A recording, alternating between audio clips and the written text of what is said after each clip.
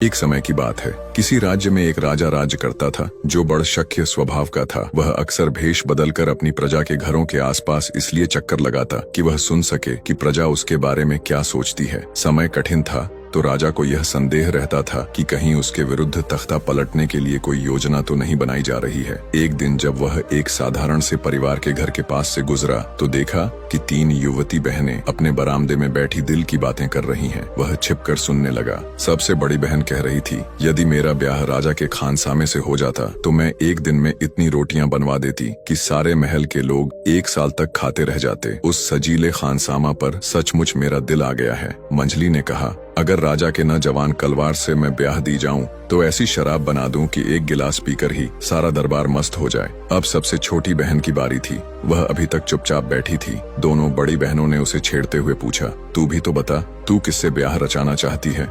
अब छोटी बहन जो तीनों में सबसे सुंदर थी धीरे से बोली, मैं तो सीधे राजा से ही ब्याह करना चाहूंगी, और अगर ऐसा हो जाए तो मैं उस परिवार को 2 लाल गालों सुनहरे बालों वाले बेटे और लाल गालों सुनहरे बालों वाली एक बेटी दूं जिसके माथे पर तारे की बिंदियां चमकती हो। इस पर दोनों बड़ी बहनें खिलखिलाकर हंस पड़ी। अरे वाह, तूने तो कुछ भी मांगा ही नहीं। यह सब राजा ने सुन लिया था। अगले ही दिन उन तीनों को उसने दरबार में बुलावा भेजा।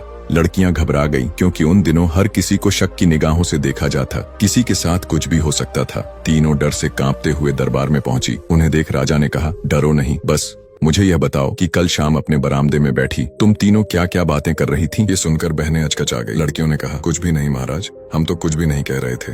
क्या तुम लोग अपनी शादी की बातें नहीं कर रही थी? राजा ने याद दिलाया। वे कुछ देर तक बगले झांकती रहीं। अंत में बरी ने मुंह खोला और रसोइये से ब्याह की इच्छा बता दी। अब राजा ने कहा, ठीक है, तुम्हारी इच्छा पूरी की जाएगी, और बड़ी की इच्छा पूरी कर दी गई। मंझली ने भी कलवार से शादी करने की अपनी इच्छा स्वीकार कर ली। तुम्हारी इच्छा भी पूरी की जाएगी, राजा बोला, और उसका ब्याह भी हो गया। अब तीसरी से राजा ने पूछा। सिर से पैर तक लाज से लाल होते हुए लड़की ने कल शाम की कहीं बात स्वीकार कर ली। यदि तुम्हारी इच्छा पूरी हो जाए तो क्या तुम भी अपनी बात पूरी करोगी? छोटी ने जमीन की ओर देखते हुए कहा, हाँ। तभी राजा ने कहा, तब तो तुम मेरी पत्नी बनोगी। फिर देखना ये होगा कि तुम तीनों में अपने वादे की सबसे पक्की कौन है। तीनों बहनों के ब्याह उनकी इच्छा अनुसार हो गए, लेकिन अब धीरे धीरे दोनों बड़ी बहनों के मन में छोटी बहन के बड़े रुतबे के कारण ईर्ष्या की आग धधक उठी। ऊपर से यह समाचार जान की छोटी बहन गर्भवती भी हो गई है। जलन और बढ़ गई। इसी बीच राजा को दुश्मनों से राज्य की रक्षा के लिए युद्ध में जाना पड़ा।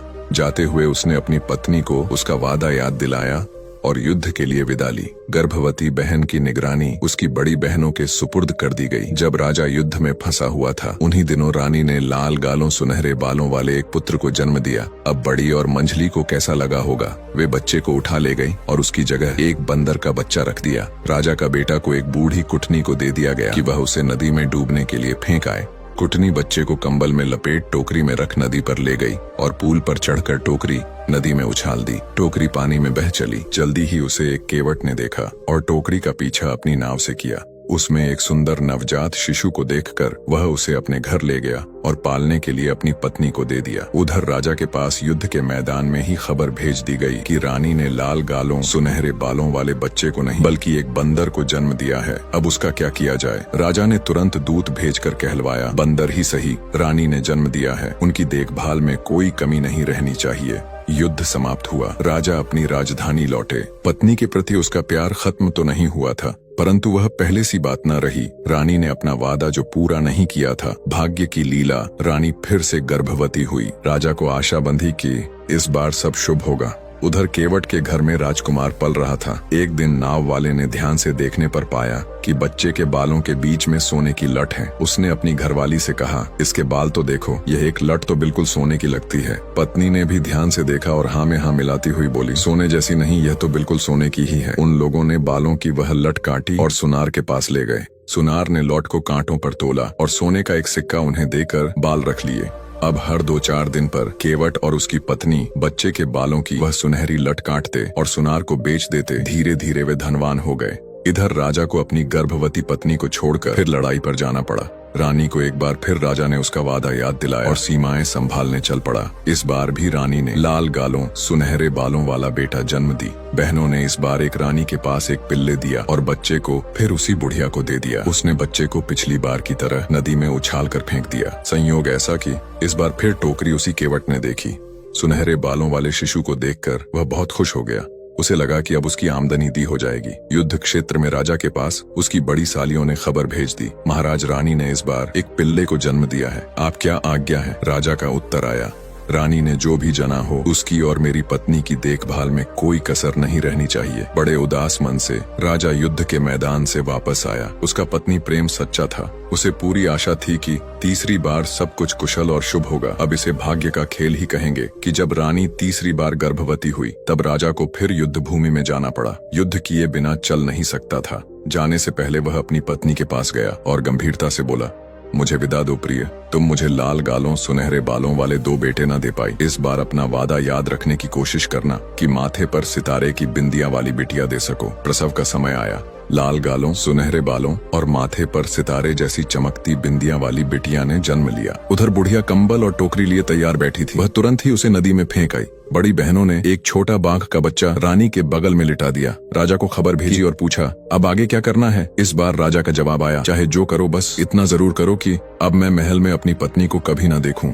फिर क्या था, बड़ी और मंझली छोटी को घसीटकर तहखाने की कोठरी में ले गई। उसे कोठरी में धकेलकर दरवाजे की दीवार बनाकर बंद कर दिया गया। बस सिर के लायक एक छेद उसमें छोड़ दिया गया जहां से बस हवा आती। रोज बहनों के मुखे एक सूखी रोटी और एक गिलास पानी उसे दिया जाने लगा। रानीवास में उसके कमरे को भी बंद कर दिया गया। महल में बेचारी रानी का नाम और निशान भी ना रहा। लड़ाई रुकी, राजा घर लौटा।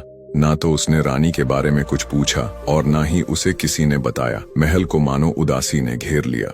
उधर तीनों बच्चे मल्लाह के घर में पल रहे थे। बच्चों के साथ साथ मल्लाह की धन संपत्ति भी दिन दुनी रात चौगुनी भर रही थी। अब मल्लाह को इन सुंदर प्यारे बच्चों के भविष्य की चिंता हुई। उसने एक सुंदर महल इनके लिए बनवाने की बात सोची। राजा के महल के पास ही एक बड़ी जमीन में सुंदर बाग बनवाया और बीच में महल जैसा ही एक सुंदर भवन बनवाया। महल में सभी सुख सुविधाएं थीं और बगीचे में दुनिया की सभी अजूबा चीजें इकट्ठी की गई। समय के साथ दोनों लड़के सुंदर युवक और लड़की मनमोहक सुंदर युवती बनी। बच्चे सयाने हो गए। मल्लाह और उसकी पत्नी स्वर्ग सिधार गए। तीनों भाई बहन इस ऐश्वर्यपूर्ण महल में सुख से रहने लगे। वे तीनों अपना सिर हमेशा ढके रहते। लड़के पगड़ी से और लड़की चुनरी के आंचल से। कोई उनके सोने के बालों को देख ना पाता था। बड़ी और मंझली बहनें अक्सर राजा के महल की खिड़कियों से उस महल और उसमें रहने वाले इन तीनों को देखती, इस बात से बेखबर कि वे उनकी मौसी थीं। एक दिन उन दोनों ने देखा कि तीनों पड़ोसी छत पर खुले सिर बैठे थे और एक दूसरे के बाल भी काट रहे थे। सुबह की खुली धूप में उन तीनों के बाल ऐसे चमक रहे कि आंख छू आ जाए। अचानक दोनों मौसियों को लगा कि हो ना हो वह उसकी छोटी बहन के बच्चे ही हो जिन्हें उन्होंने नदी में फव्वा दिया था। अब यह दोनों उस महल पर कड़ी नजर रखने लगी। उन्होंने देखा कि वे तीनों अक्सर अपने बाल काटते हैं और बाल कुछ ही दिनों में फिर लंबे हो जाते हैं। उन्हीं दिनों राजा ने भी पड़ोस में बने नए महल की ओर ध्यान देना शुरू किया। उन तीनों को देखकर राजा के दिल से आह निकलती, क्योंकि उनके जैसी संतानों की इच्छा उसके मन में थी जो पूरी ना हो सकी। बस उनके बाल ही राजा नहीं देख पाते थे, क्योंकि वह तीनों हमेशा अपना सिर झटके रहते थे। एक दिन वह उनसे बात करने लगा, आप लोगों का बागीचा कितना सुंदर है। लड़की ने कहा, महाराज हमारे बगीचे में दुनिया की बहुत सारी सुंदर चीज है। राजा ने कहा, अगर इजाजत है तो मैं तुम्हारे बगीचे में घूम सकूं। लड़की बोली, क्यों ना, आप इस बगीचे में जब चाहे आकर घूम सकते हैं। राजा ने कहा, तीनों कभी हमारे साथ भोजन कीजिए। महाराज लड़की फिर बोली, हमारे आने से तो सभी दरबारियों को असुविधा होगी। राजा बोला, ऐसा बिल्कुल नहीं है, आप लोगों के आने से हमें बहुत खुशी मिलेगी। अगर ऐसा है तो हम सब जरूर आएंगे। तीनों ने एक साथ कहा। जब इस दावत की बात दोनों बहनों को पता लगी तो वे उस बुढ़ी कुटनी स्त्री के पास फिर पहुंची जिसे उन्होंने रानी के नवजात संतानों को नदी में डुबो देने के लिए दिया था। उससे पूछा, बुढ़िया सच सच बताना, तुमने रानी के बच्चों का वास्तव में क्या किया था। बूढ़ी बोली, मैंने उन्हें टोकरी समेत नदी में फेंक दिया था, लेकिन टोकरी हल्की थी और पानी पर तैरने लगी। उसके बाद मैं वापस चली आई। मुझे मालूम नहीं कि वह कितनी देर बाद डूबी भी या नहीं। दोनों बहनों ने बोले, मूर्ख औरत, वह तीनों बच्चे जिंदा हैं और राजा ने उन्हें देख भी लिया है। अगर उन्हें पता चल गया कि वे कौन है तो हमारी खैर नहीं। उन्हें महल में आने से किसी तरह रोको और फिर उनका खेल हमेशा के लिए खत्म करो। ऐसा ही करूंगी, बुढ़िया ने जवाब दिया। एक भिखारिन का भेष बनाकर बुढ़िया उन बच्चों के बगीचे के द्वार पर जा खड़ी हुई। उसी समय लड़की बाहर बगीचे में आई और चारों ओर नजर लगाकर बोली, हमारे बगीचे में भला क्या कमी है, दुनिया की हर सुंदर चीज यहाँ मौजूद है। यह सुनकर बुढ़िया बाहर से ही बोली, क्या बात करती हो बेटी, तुम्हें मालूम भी नहीं है कि यहाँ किस चीज की कमी है। वह कौन सी चीज है अम्मा, लड़की ने पूछा। नाचते पानी के फव्वारे, बूढ़ी बोली। वह कहाँ मिलेंगे, लड़की ने पूछा। लेकिन तब तक वृद्धा गायब हो चुकी थी। लड़की के आंसू निकल आए। कितनी नादान हूँ मैं, सोचती थी। यहाँ सब कुछ है, कहाँ है वे नाचते पानी के फव्वारे। किसे मालूम कि वह कितने सुंदर हैं। और वह सुबक सुबक कर रोने लगी। जब दोनों भाई घर लौटे तो बहन को रोता देख दोनों ने पूछने लगे, क्या बात है, रो क्यों रही हो? मुझे तो बस रोने दो। तुम्हें मालूम भी है मैं बगीचा में घूम घूम कर खुश थी कि हमारे पास सब कुछ है। तभी एक बुढ़िया आई और उसने बताया, दुनिया की सबसे सुंदर चीज नाचने पानी का फव्वारे है जो हमारे बगीचा में है ही नहीं। लड़की बोली। बड़ा भाई बोला, बस इतनी सी बात है, मैं खुद जाऊंगा और नाचते पानी का फव्वारा खोज कर लाऊंगा। अब रोना बंद करो। भाई ने अपनी एक अंगूठी उतारी और बहन को देते हुए बोला, अगर इसके नगीने का रंग बदल जाए तो समझ लेना कि मैं इस दुनिया में नहीं हूँ। ऐसा कहकर उसने घोड़े को दौड़ लगाई और चल पड़ा। बहुत देर चलने के बाद लड़के को एक सन्यासी मिला। उसने पूछा, बेटा इधर कहाँ जा रहे हो? मुझे नाचते पानी के फव्वारे की तलाश है। लड़के ने कहा। सन्यासी बोला, बच्चे तुम मौत के मुंह में जा रहे हो, शायद तुम्हें वहाँ के खतरों का पता ही नहीं है। लड़के ने कहा, खतरा चाहे कितना भी बड़ा हो, फव्वारा तो मुझे पाना ही है। सन्यासी बताने लगा, तब मेरी बात ध्यान से सुनो। सामने ये पहाड़ देख रहे हो, इसी पर चढ़ जाओ। ऊपर पहुँचने पर एक बड़े मैदान में तुम्हें एक महल दिखाई देगा। मुख्य द्वार पर तुम्हें 4 दैत्य हाथ में तलवार लिए पहरे पर खड़े दिखाई देंगे। ध्यान रखना, अगर उनकी आंखें बंद हो तो हरगिज आगे ना बढ़ना। जब आंखें खुली हो तभी भीतर घुसने की कोशिश करना। अंदर जाने पर अगर द्वार के पट खुले हो तो प्रतीक्षा करना। हाँ, यदि दरवाजा बंद हो तो खोल कर भीतर चले जाना। वहाँ तुम्हें 4 सिंह दिखलाई पड़ेंगे। यहाँ भी वही बात ध्यान रखने की होगी, आंखें बंद होने पर रुके रहना होगा। खुली आंखों के समय ही भीतर जाना होगा। वहीं तुम्हें नाचते पानी के फव्वारे मिलेंगे। लड़के ने सन्यासी के सामने शीश झुकाया, घोड़े पर सवार हुआ और पहाड़ पर चढ़ने लगा। ऊपर पहुंचने पर महल के मुख्य द्वार पर 4 दैत्य सोते हुए दिखाई पड़े। बिल्कुल ठीक, मैं रुका रहूंगा, लड़के ने स्वयं से कहा। जैसे ही दैत्य ने आंखें खोली, द्वार के पट बंद हो गए। वह उन्हें धकेल कर भीतर चला गया। उसने सिंहों की भी आंखें खुलने का इंतजार किया और तब आगे बढ़ा। सामने नाचते पानी का फव्वारा दिख गया। उसने अपने साथ लाई गई मशक में फव्वारे का पानी भरा और वहाँ से निकल गया। अपने भाई को सही सलामत देखकर लड़की की खुशी की सीमा ना रही। उस बेचारी की जान तो अंगूठी के नगीने को ही निहारने में अटकी थी। जब भाई बहन मिल चुके तब उन्होंने 2 सुनहरी नादों में नाचते पानी के फव्वारे का पानी भरकर बगीचे में रख दिया। एक नाद से दूसरी नाद में पानी नाच नाच कर गिरता रहता था। अब लड़की खुश थी कि दुनिया की सारी सुंदर वस्तुएं उसके बगीचे में हैं। एक दिन फिर राजा जब उधर आया तो उसने उन तीनों से महल में न आने का कारण पूछा। वह तो उनका इंतजार ही करता रह गया था। छोटी लड़की ने राजा को बता दिया, उनकी बगिया में नाचते पानी का फव्वारे नहीं था, इसलिए सबसे बड़ा भाई वहीं लेने चला गया था। यह नया अजूबा देखकर राजा ने उसकी खूब तारीफ की और भोजन का निमंत्रण फिर दोहरा दिया। अगले दिन के लिए अब बच्चों की मौसियों ने उसी कुटनी बुढ़िया को फिर से नए महल में भेजा। वहाँ नाचते पानी का फव्वारा देखकर तो मानो उसका खून ही खोल उठा। उसने लड़की से कहा, खाली नाचते पानी के फव्वारे से क्या होता है, अभी संगीत वाला पेड़ तो है ही नहीं। और ये कहकर गायब हो गई। जब दोनों भाई घर आए तो फिर छोटी बहन ठनकी, भैया अगर तुम मुझसे प्यार करते हो तो बगीचे के लिए संगीत वाला पेड़ ले आओ। इस बार छोटे भाई की बारी थी। क्यों नहीं बहन, मैं वह पेड़ तुम्हारे लिए जरूर लेकर आऊंगा। छोटे भाई ने भी अपनी एक अंगूठी बहन को दे दी। घोड़े पर सवार हुआ और उस सन्यासी की खोज में चल पड़ा जिसने बड़े भाई को नाचते पानी के फव्वारे का पता बताया था। वह सन्यासी बोला, गाने वाले पेड़ को पाना तो सच में टेढ़ी खीर है। सुनो तुम्हें क्या करना है, पहाड़ पर चढ़ो, दैत्यों से सावधान रहो, द्वार के पल्लों पर ध्यान रखो, सिंहों की आंखों में न देखो, जैसा सब तुम्हारे भाई ने किया था। इतने सब के बाद तुम एक ऐसे दरवाजे पर पहुंचेगी जहां ऊपर की चौखट पर कैंची लगी हो कि अगर कैंची बंद है तो भीतर ना बढ़ना, जब खुली हो तो आगे बढ़ते जाना। कुछ आगे जाने पर तुम्हें एक बड़ा सा पेड़ मिलेगा जिसकी पत्तियों से संगीत निकलता है। पेड़ पर चढ़ जाना, ऊपर की एक शाखा तोड़ लेना और अपने बगीचे में ले जाकर लगा देना। वहाँ उसकी जड़ें पनप जाएंगी। छोटे भाई ने भी हर निशान के अनुकूल होने की प्रतीक्षा धीरज और सावधानी से की और फिर गाने वाले पेड़ की शाखा लेकर लौटा। रास्ते भर शाखा के संगीत का आनंद लेता रहा। जब वह टहनी बगिया में रोपी गई तो जल्द ही पनप गई और सारे बगीचे को मधुर संगीत से भरने लगी। पड़ोस के तीनों युवा जब 2 बार के निमंत्रण पर भी राजा के महल में भोजन करने न आए तो राजा उस तरफ से उदासीन हो गया। लेकिन जब उनके बगीचे में लगे पौधे का संगीत उसके कानों में पड़ा तो वह मुग्ध हो गया। उसने पड़ोसी युवाओं को एक बार फिर भोजन के लिए महला आने का बुलावा भेजा। जब यह समाचार राजा की दोनों सालियों को सुनाई दिया तब उन्होंने कुटनी बुढ़िया को एक बार फिर बुलाया। वह फिर पोस के महल में जा पहुंची और लड़की से बोली, मेरी सलाह कितनी सही होती है, यह तो तुमने देख ही लिया है ना बेटी। अब अगर वह अनोखी हरी चिड़िया भी तुम्हारी बगिया में आ जाए तो तुम्हारा बगीचा दुनिया का सबसे बेहतरीन बगीचा हो सकता है। लड़की भाइयों की दुलारी थी। वे जैसे ही घर आए वह फिर जिद में आई, अब मेरे लिए भला वह हरी अनोखी चिड़िया कौन लेकर आएगा, मैं लाख दूंगा। कहकर बड़ा भाई तुरंत ही हरे पक्षी की तलाश में निकल पड़ा। वह सीधा सन्यासी के पास जा पहुंचा। बड़े लड़की की बात सुनकर सन्यासी विचार मग्न हो गया। यह तो बहुत चिंता की बात है, आज तक जो भी उसे लेने गया लौट कर नहीं आया।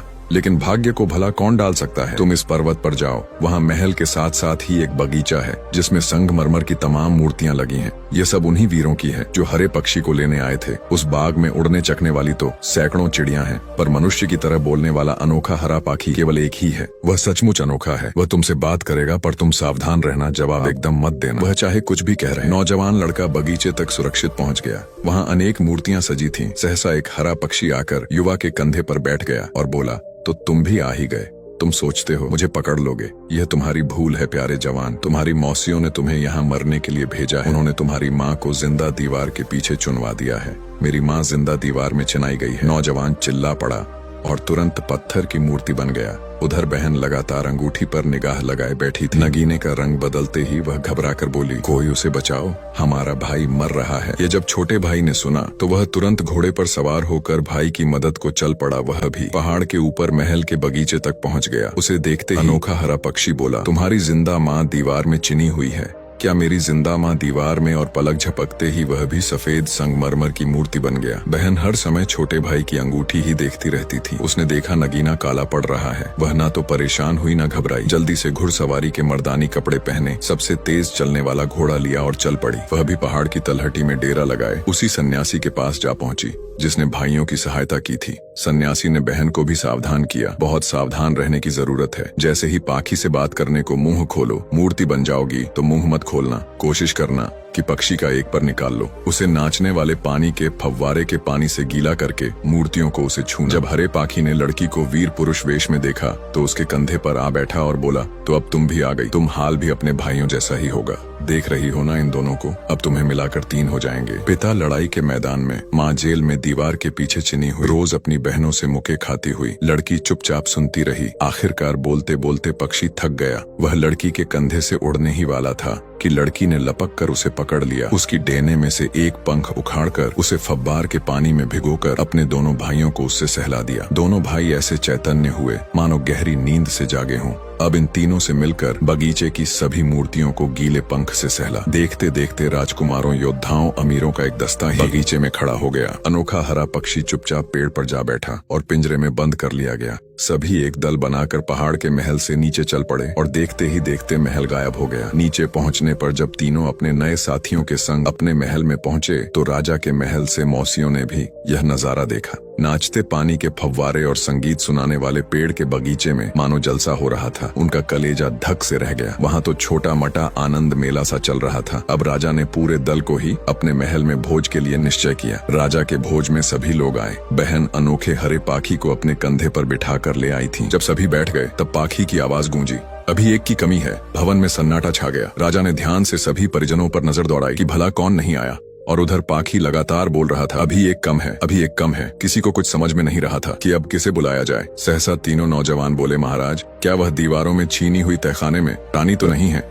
राजा ने तुरंत दीवार तोड़वाकर रानी को बाहर निकलवाया। नहला लाकर उसे राजसी पोशाक पहनाई गई और वह भी भोज में राजा के साथ बैठी। अब अनोखा हरा पक्षी खामोश था। उधर मौसियों जल भुनकर राख हुई जा रही थी। सभी लोग अभी खाना शुरू ही करने वाले थे कि हरा पक्षी बोल उठा, जो मैं खाऊं वही सब खाए, वरना अपनी जान गंवाए। सभी ने वही कुछ खाया जिस पर पक्षी चोट चलाता था। सभी सुरक्षित रह गए। हुआ यह था कि खान साम की पत्नी ने भोजन में जहर मिला दिया था। खाना खत्म होने पर राजा ने कहा, प्यारे हरे पाखी, अब कोई कथा सुनाओ। सबका मन बहला। अनोखा हरा पाखी उछलकर राजा के सामने जा बैठा। उसने तीनों युवकों के सर उघड़ दिए। तीनों की सुनहरी बाल लट रोशनी में जगमगा लगी। लड़की की बिंदियां भी झिलमिला लगी। अनोखे हरा पक्षी ने रानी की दुख भरी कथा सुनने के बाद राजा ने अपनी तीनों संतानों को गले लगा लिया। रानी से क्षमा मांगी और अपनी सालियों और बुढ़िया कुटनी को बुलाया। फिर हरे पक्षी से कहा, ओ अनोखे हरे पक्षी, तुमने सारी कथा सुनाई, अब तुम इनकी सजा भी सुनाओ। दोनों दुष्ट मौसियों को कोलतार का कोट पहनाओ, फिर उसमें आग लगाओ। बुढ़िया तो नौकरानी थी, उसे खिड़की से ले जा खुदकाओ। और फिर राजा ने वैसा ही किया जैसा हरे पाखी ने जैसा कहा। कहा जाता है ना, जैसा करोगे वैसा ही भरोगे।